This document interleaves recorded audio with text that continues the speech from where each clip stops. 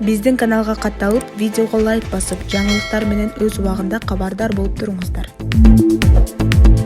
Чүйдө өздөрүн социалдык кызматтын кызматкери катары тааныштырып, тургундардын акчасын урдап жүргөн аялдар кармалды. Бул тууралуу облустук ички иштер башкы башкармалыгынын басма сөз кызматынан билдиришти. Маалыматка ылайык 2021-жылдын 20-декабрынан 31-декабрга чейинки аралыкта Токмок милициясына жергиликтүү жашоочулар арыз менен кайрылышкан. Алар социалдык кызматкерлербиз деген бейтааныш эки аял акча каражаттарын урдап кетишкенин билдиришкен. Арыздануучулардын бири 170 000 сом, экинчиси 50 000 сом, үчүнчүсү 80 000 сомун алдыртышкан.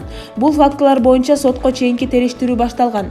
Ыкчам иштөө иликтеринин жүрүшүндө кылмышка шектелип 1989-жылы туулган И.К. жана 1995-жылы туулган И.А. аттуу аялдар кармалды.